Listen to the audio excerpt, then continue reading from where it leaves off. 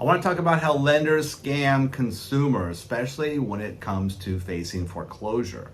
My name is Troy Funk. I am a real estate broker in the state of Florida. I've been in real estate going on 40 years. And one of the most significant things that happened to me personally was in the era of 06, 08, where real estate just collapsed. And at that point, I owned a lot of real estate and I was in a very good financial situation, and it turned real quick on me and I became negative, and I had to get rid of all this real estate as it was going through foreclosure. Well, that experience taught me a lot about foreclosure. It taught me a lot of how to help other people through foreclosure. And as a result, I actually went directly to the banks and I started working for the banks and helping them sell their bank-owned properties. And I was averaging about 100 plus sales a year for multiple years. And I had a lot of insight with that. And I did a lot of short sales to help people avoid foreclosure. So where's the scam in all this? Well, we're in a new era right now. And through that whole process, I saw a lot of things happen that just don't seem right, especially to a consumer that's facing foreclosure. So let's just go through the whole scenario of what's wrong and how people are getting hurt. Now, prior to this last bubble that we had back in that time period, I never remembered the term hedge funds buying so much real estate. It just wasn't common. Now, it was common that investors were building apartment buildings for rental purposes and creating inventory for rental purposes, but it wasn't so common that the stock market got into the real estate business and started taking over the inventory of real estate.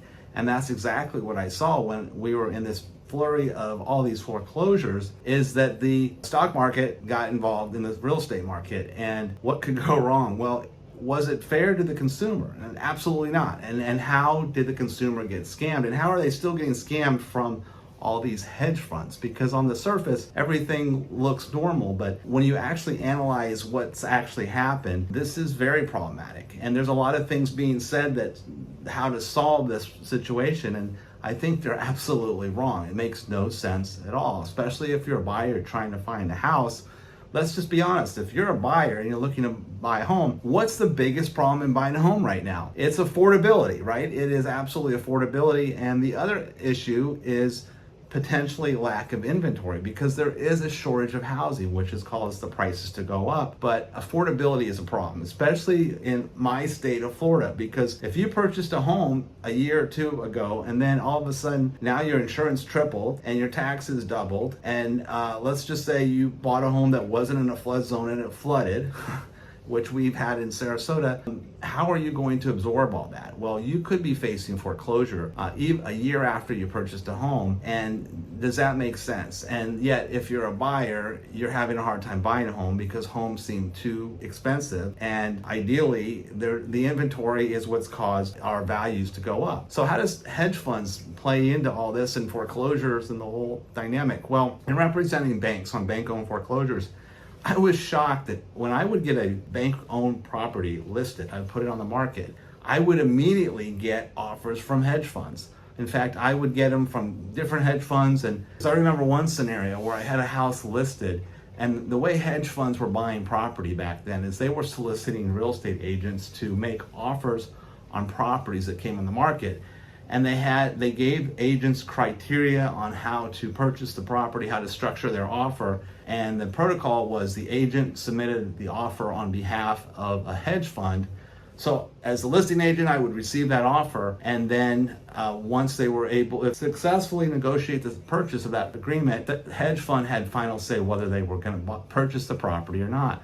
So we had a lot of agents submitting offers on behalf of hedge funds to purchase property, and representing banks in the sale of bank-owned properties, I would get a lot of offers all the time from hedge funds through other real estate agents. Well, I think what was comical, one point, we had 2 offers on one bank-owned property, and they were actually the same buyer. It was the same hedge fund, but it was 2 different agents that was representing this hedge fund to negotiate the purchase. So of course, we as the seller, we said it's highest and best, and we had the hedge fund bid against itself, and we drove the price up. But what this did, this whole situation with hedge funds and the stock market coming in the real estate market, is it drove prices up very quickly. Now think about it. Why is real estate so expensive? It's all about supply and demand, right? So if you have a limited supply and a huge demand, prices soar. And that's what we had happen, especially in our state. Now, I think about a house that had been on the market for about 4 years and it was in pretty bad shape. And we saw different agents listed. And then finally, after a pandemic hit and the interest rates went down and we had this big flood of people coming into the market, this home finally sold for $600,000. A year later, it resold for $1.2 million. Now, how can things jump that fast, right? I mean, it all became supply and demand. So who's the supply? I mean, we only have so much supply, but where's the demand coming in? Well, if you're a buyer and you're trying to compete against a hedge fund to purchase real estate, it was almost impossible because the hedge fund was cash, closing quick. If you're a seller, that's normally the offer you're going to take. So sellers were accepting hedge fund offers because in most cases they were full price, they're all cash, they're closed quick.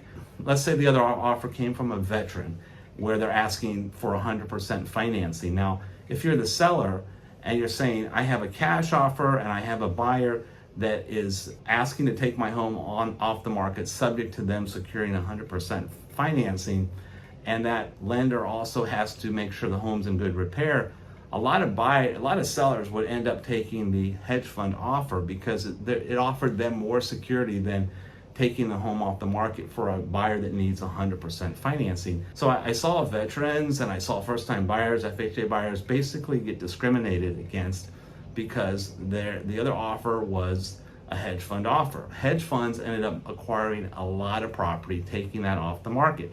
This drove prices up quite a bit.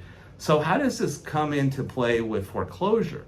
Well, this is what I thought was real interesting because banks, when they foreclosed on the property, a large percentage of these really good deals, the properties that were foreclosed on that went back on the market, were purchased by hedge funds. It didn't allow for the consumer to buy these properties.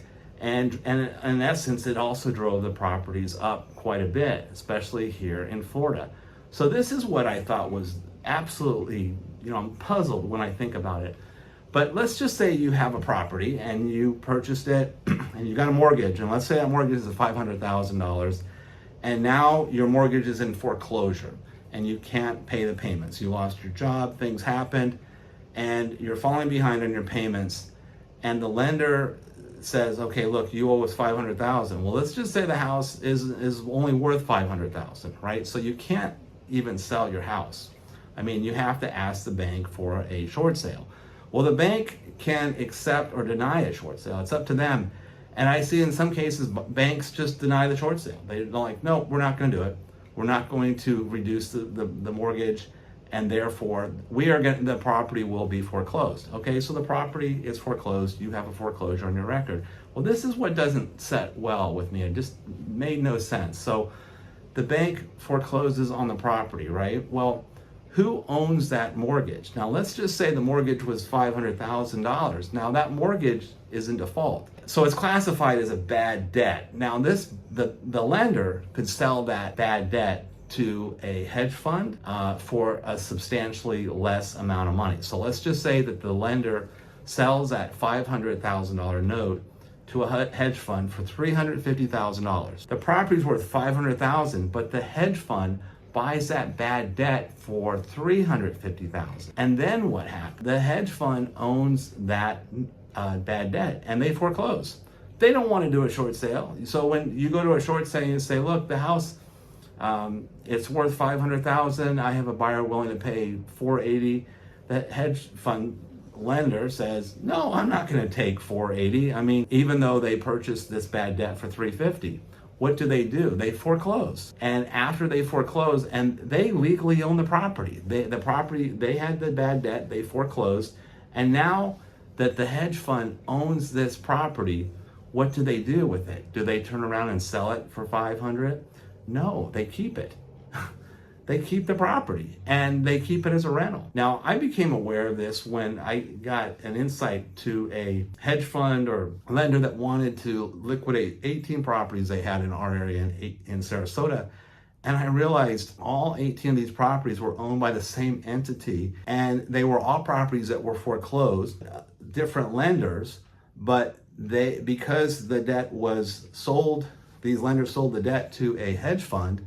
The hedge fund acquired the property, foreclosed, and then kept these properties as rental properties. Here's a seller that paid $500 for their home, and yet the hedge fund purchased their home without their insight for maybe $350,000. They bought their bad debt when it went in foreclosure, and then when they foreclosed, they kept the property. How is this hurting everybody? Well, hedge funds are acquiring property. They're acquiring it silently. You don't see it on the surface.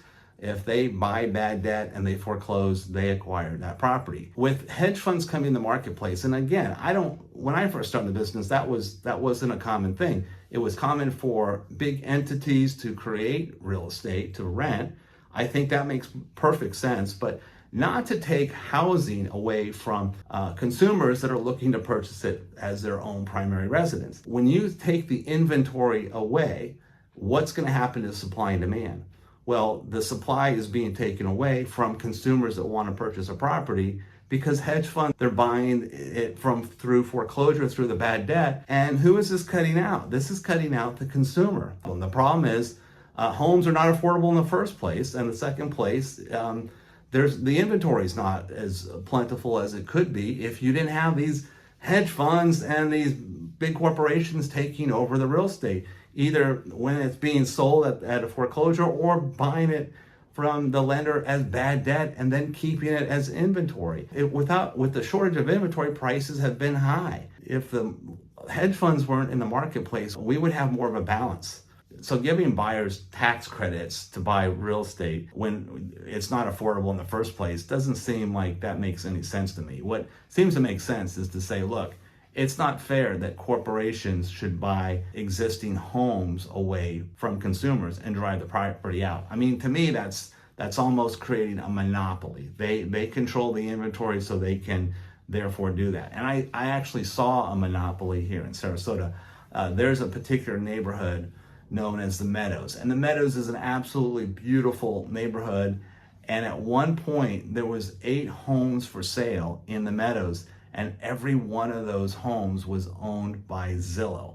Now, that to me was a monopoly, because how can one entity own the whole neighborhood? So if you wanted to purchase a home in the Meadows, you were dealing with one seller. And this was not new construction. This was existing housing. And Zillow was purchasing property to resell it for higher price. That was their end game. Zillow did have a monopoly in some areas because they were a big entity buying property. My opinion, I don't think corporations should be able to manipulate the real estate market the way they do. And how do they do that? By taking away supply that could be available to consumers. It doesn't make sense.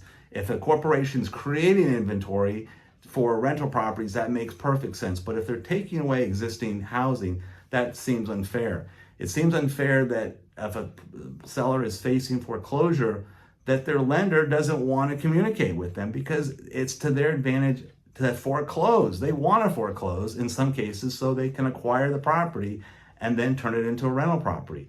I've seen this happen as well. So that doesn't feel like a fair situation. I mean, if someone's facing foreclosure, they have the idea that the lender wants to work with them. In some cases, the lender does not want to work with you, and they are going to deny your short sale because it's not in their best interest. And that wouldn't be a thing in play if the lenders didn't have that ulterior motive that you don't find out until after it's foreclosed and you realize the lender turned it into a rental property. There's a lot. Would you call it a scam? I think it's wrong. And I think the way government looks at this is totally wrong. They look at, well, if we incentivize the buyers to purchase more real estate, that will help the market. Get them at a point where consumers can afford real estate. And also don't have this unfair competition that a buyer has to compete with to buy property. So if you're a veteran and you served America, why are you being discriminated against from the stock market that has more money to you to buy real estate that you don't have the power to? I think that's absolutely terrible. So anyway, is life fair? Life is totally unfair, but we can normally look backwards and say, what was wrong, and from that, can we learn from that? What should we do moving forward when it comes to real estate? The problem is it's a supply and demand problem, and with that, I don't think we should have players in this game that make it unfair, because a consumer isn't given billions of dollars to buy property for cash, has a separate set of rules to buy the same property. It doesn't feel right, especially here in America. In closing, that's my rant. I want to hear your comments below. Again, my name is Troy Funk. I am a real estate broker in the state of Florida. If I have been helpful to you, please hit that like button, hit the subscribe button if you're not a subscriber, and I wish you well.